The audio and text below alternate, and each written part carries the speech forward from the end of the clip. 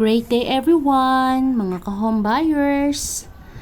Today ay itutur ko kayo sa Thea 2-story townhouse. So this is ang nakikita nyo ngayon ay ang kanyang car garage. So meron na siyang 4-car garage at ito po yung pinaka front ni Thea. Si Thea ay may lot area na 50 square meter and floor area na 60 square meter po. Located at along Arnaldo Highway, General Trias, Cavite po. And makikita nyo po, napakalaki ng ating area. Pagpasok pa lang natin. So, yung nakikita natin ngayon yung ating kitchen area. Ayan po. And dito sa may bandang side dito is yung ating laundry area.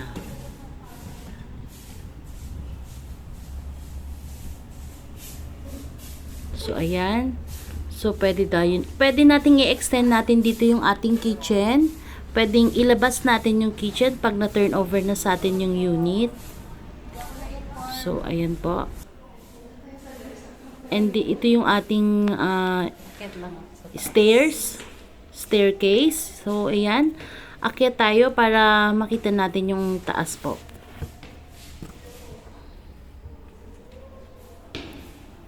So, dito sa taas is may 2 bedroom po tayo. And of course, meron tayong toilet and bath. So, ito yung ating first room dito sa taas.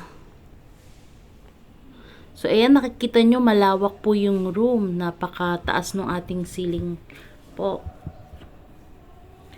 And, ang next ko pong ipapakita sa inyo is yung ating master bedroom dito sa taas. Ayan, ito yung ating master bedroom. So, may balcony po tayo. Ito, papakita ko sa inyo yung balcony ni Thea Model House po. Ayan. So, ayan si Thea. Yun yung balcony niya. Ayan. So, pwede tayong mag-relax, chillax po tayo dyan. And enjoy ng view ng ating kapaligiran. So, ito yung ating toilet and bath sa taas. Meron tayo dyang lababo. Of course, meron tayong toilet. And of course, meron tayong shower.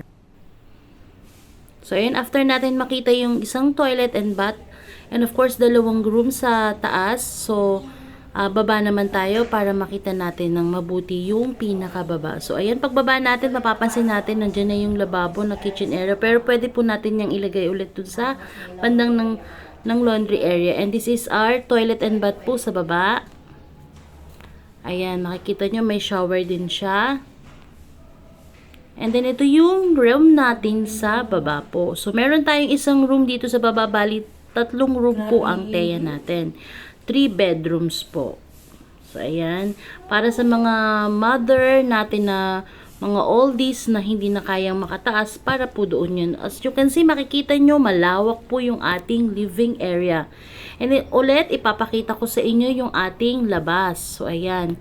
Yan po yung buong kabuuan ni Thea Model House po. So, sa mga gusto mag-avail, message lang po kayo, PM lang. And nakalagay po dito yung cellphone number ko. Thank you for watching!